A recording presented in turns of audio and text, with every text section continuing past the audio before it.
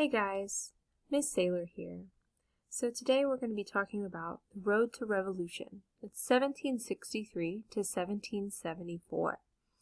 Now Great Britain had much to celebrate in 1763. The long and costly war with France was finally ended, and Great Britain had emerged victorious. British subjects on both sides of the Atlantic celebrated the strength of the British Empire. Colonial pride ran high. To live under the British Constitution and have defeated the French, it brought great joy to British Protestants everywhere, the Catholic French. But despite the celebratory mood, the victory over France also produced major problems within the British Empire, problems that have consequences for British colonists in America. There was a massive debt that was generated at home, and it proved to be a serious issue. The frontier also had to be secure in order to prevent another costly war. There was greater enforcement of imperial trade laws that had to be put into place. Parliament had to find ways to raise revenues to pay off this crippling war debt. Everyone had to contribute. So, with the end of the French and Indian War, Great Britain claimed a new vast expanse of territory, at least on paper.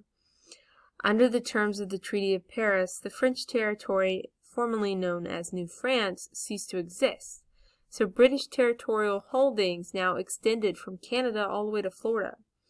So they're trying to maintain the peace in the king's newly enlarged lands. Is what the military's new focus is for them. However, much of this land remained under the control of powerful native confederacies.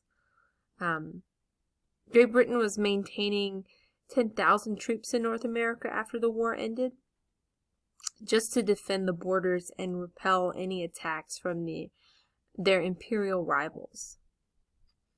So, the treaty that ended the war between France and Great Britain proved to be a significant blow to native peoples, who had viewed the conflict as an opportunity to gain additional trade goods from both sides.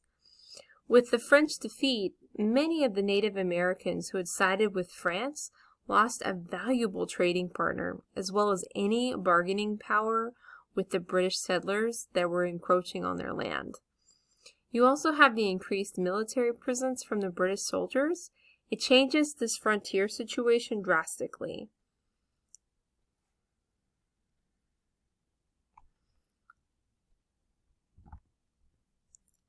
So, what you have happen is you have a Native American prophet. His name is Neolin. And you have the leader of the Ottawa, he's a war chief, Pontiac. See, Neolin is a spiritual leader who preached a doctrine of shunning European culture and expelling Europeans from native lands. Neolin's belief united many villages underneath him. So it comes about kind of this broad alliance in 1761 that becomes known as Pontiac's Rebellion. It's a very loose coalition of native tribes against the colonists and the British Army. So Pontiac, he started bringing his coalition together in 1761, like I said. He's urging natives to drive Europeans out and make war upon them. So the conflict begins in earnest, though, in 1763, when Pontiac and several hundred other tribes lay siege to Fort Detroit. And at the same time, you have another group who are laying siege, this is attacking, Fort Pitt. So over the next year, the war spread along the backcountry from Virginia all the way to Pennsylvania. Pontiac's Rebellion, also known as Pontiac's War, it triggers horrific violence on both sides. So what ends up happening is King George III finally steps in, and he issues the Proclamation of 1763. Now what it is they don't want the settlers, the British settlers, to move west of the Appalachian Mountains. He's drawing an imaginary line along the Appalachian Mountains from Canada to Georgia, and he is forbidding Americans, the colonists, from going west of the line to ensure the Native Americans would not be disturbed on their ancestral lands. So, for the first time ever, royal officials are curtailing territorial expansion, and the colonists did not like it. Here you can see the map. You can see the red line on the map, which depicts the proclamation line, where they're trying to tell them to not go past that line, or they may be punished. Now, this doesn't necessarily work. British colonists, eager for fresh land, they pour over the Appalachian Mountains anyways to stake claim. The western frontier had long been a middle ground of the different imperial powers, the British, French, and the Spanish, and had interacted and compromised. They had all interacted and compromised with native peoples. So this era of accommodations, though, had ended because of the French and Indian War. Virginians and other land-hungry colonists, but especially Virginians, they are raising the tensions because of their quests. Virginia landowners in particular are looking to diversify their holdings beyond tobacco. So they are very interested in this newly available land. So they're gonna move west whether they want them to or not. The proclamation line really is just a setback in their vision of westward expansion.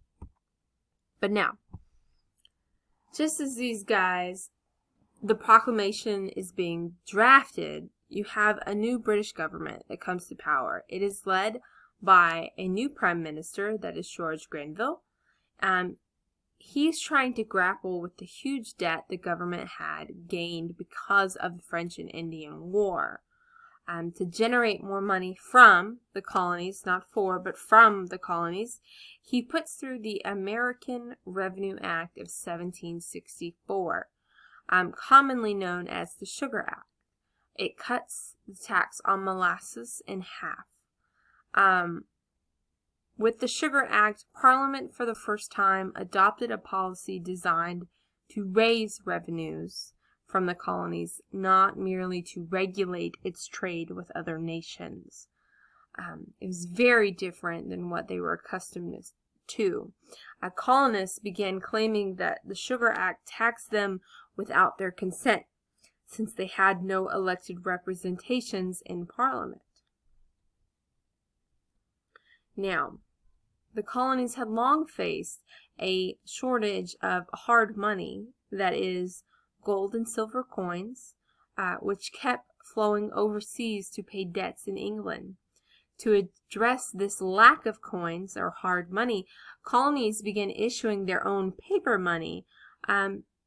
This was bad, fearing that payment in currency of such fluctuating value, because it's not necessarily backed by anything.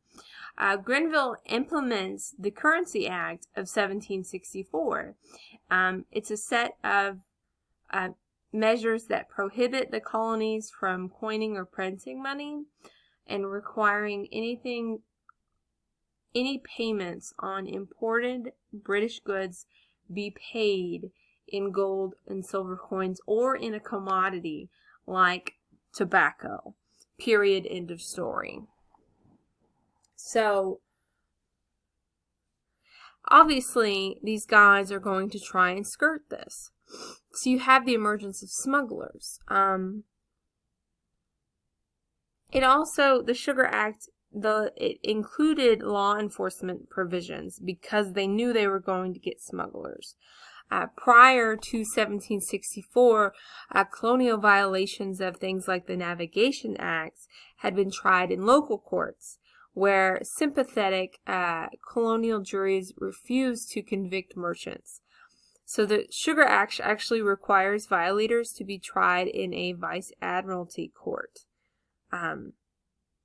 These are crown-sanctioned tribunals which settle disputes that occurred at sea, and they are without juries.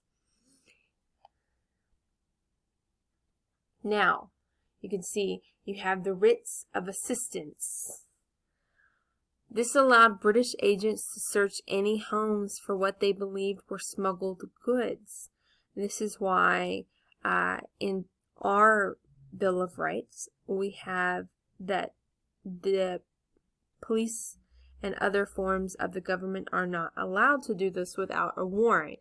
And it comes back to these writs of assistance that allowed the agents to search homes without any interference. Now, anyone arrested for smuggling, as it says here, were tried in the Vice Admiralty courts. These were without juries.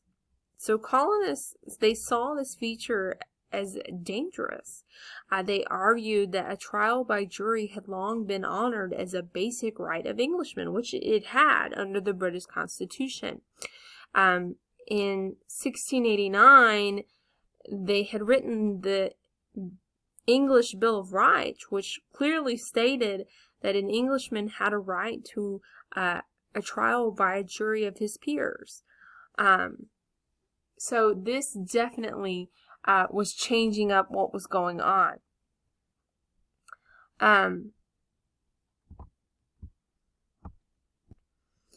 So what you have is taxation without representation.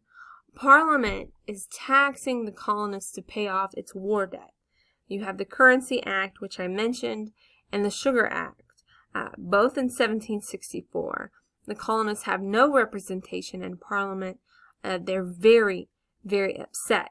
The colonists had cherished their constitution. It's an unwritten system of government. It's celebrated as the best.